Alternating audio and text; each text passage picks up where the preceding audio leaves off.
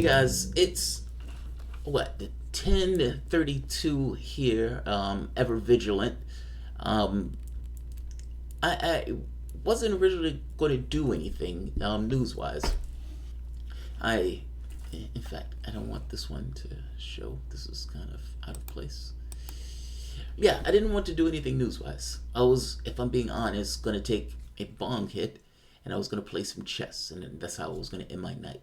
I've just finished up all my work for the day. I've had a long day, but a productive day from the standpoint of getting stuff done. I've done 3 interviews and everything else. I've earned it. Not that you need to earn it, but it is what it is. Feels better when it's earned. But not so much. I'm here and I'm doing the news because there's big news that's just been released. I get a text from Jordan with a link to an article. I'm like, holy shit. I get another one from another guy, Justin Burton, and same thing. It's like, oh my god, this is big news. Do you remember this? Let's see if I can this. Take a look at this. What does it mean to live a moral life? When we talk about morality and when we talk about justice, we have to understand that there is no justice when so few have so much and so many have so little.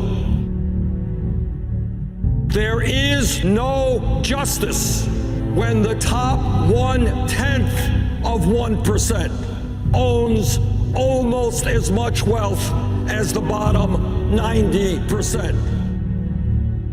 Millions of people are working long hours for abysmally low wages, working hard, but unable to bring in enough money to adequately feed their kids.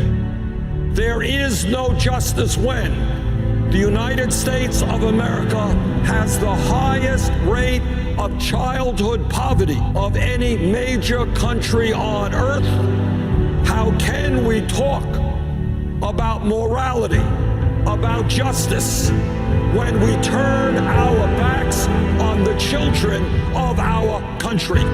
We have in this country sufficient amounts of money to put more people in jail than any other country on earth. But apparently, we do not have enough money to provide jobs and education to our young people. We are the only major country on earth that does not guarantee health care to all people as a right. All of God's children, the poor, the wretched, they have a right to go to a doctor when they are sick. I want you to think of what this great country can be.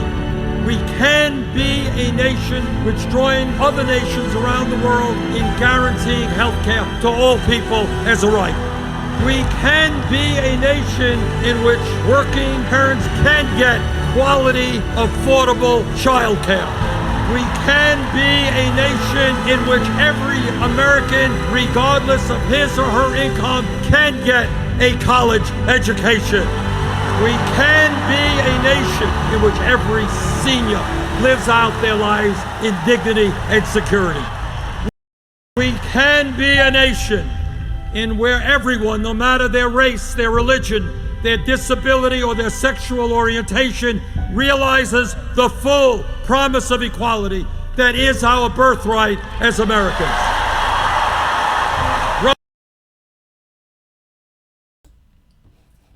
What they were telling me and what they were sending me messages was that guy, the guy that is talking in that campaign ad, that's saying those things. I can watch this video 10 times and I feel the same way each 10 times that I watch this video. That is a moving fucking video. A, to some degree because he believes that he's a true believer. But B, what he's saying is true. What he's saying is true. This is a democratic country. You make determinations on how you want to organize your government and how, the laws, the policies, poverty, all those things. None of those things are acts of God. Those things are acts of policy. That is an amazing campaign ad. Compare that to Kamala Harris' campaign ad that came out the other day where, nothing. I have no idea what Kamala Harris was talking about in that campaign ad at all. It was the blandest campaign ad on the planet. This is a person that believes what he is saying. He's a true believer. He is entering the presidential race. It is imminent, as the way Huffington Post is describing it, and The Hill is describing it in similar ways. Bernie Sanders to announce 2020 presidential run. The Hill. Sanders poised to announce presidential campaign report. Bernie Sanders is entering the presidential race. I'm not going to keep this one long, but, and I know there are going to be some haters. Haters are going to hate. Fair enough. Not to psychoanalyze, but I honestly believe that some of this comes from this deep-seated thing where you took the guy as being earnest. You took him as being different from other political people who are running in those races. And in taking him as being different, when he didn't necessarily win, something in you broke. It broke you. It hurt you. Scorned.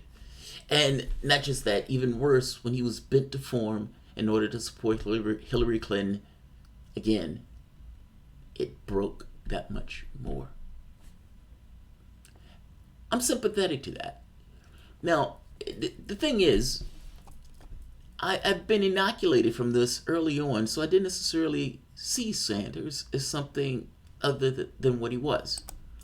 My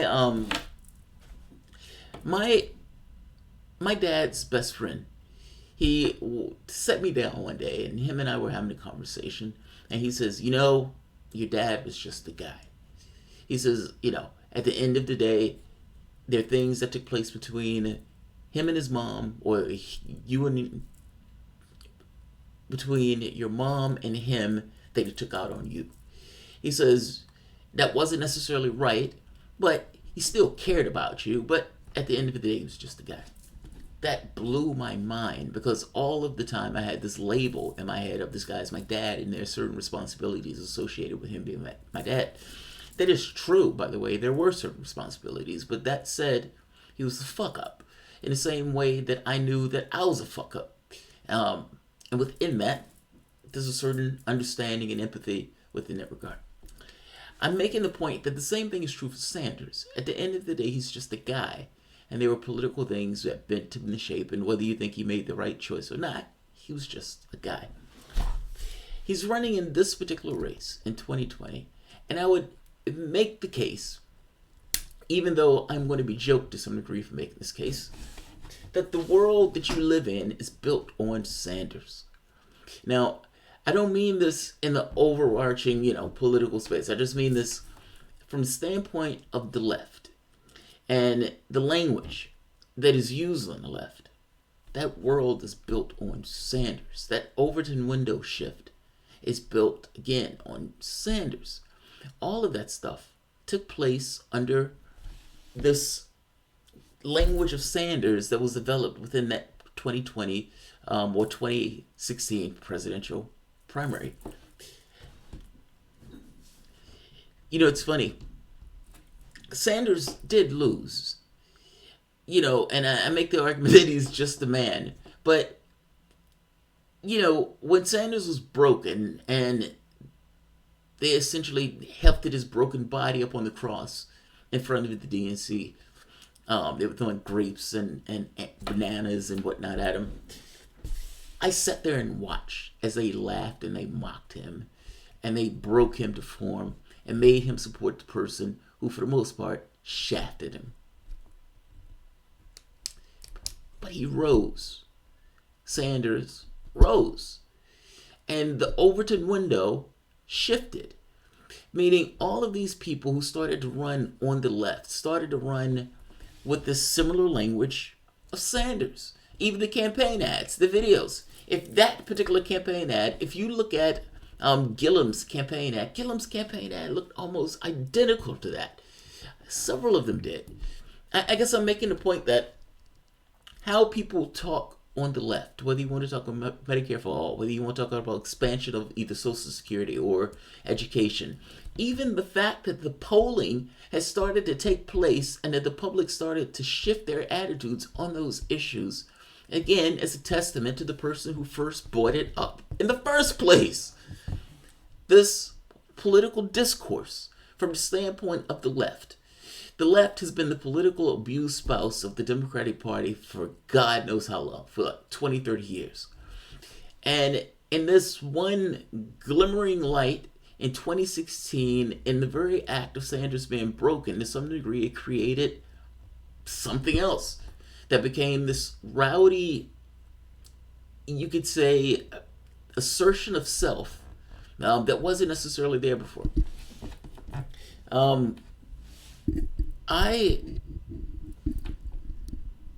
Assertion of self that wasn't really there before. This took place under the guise of Sanders, though. Like, the language that left picked up, it got from Sanders. The space with to even say those things, whether you talk about healthcare and all those things, Obama wouldn't even bring up the public option. Again, built on Sanders.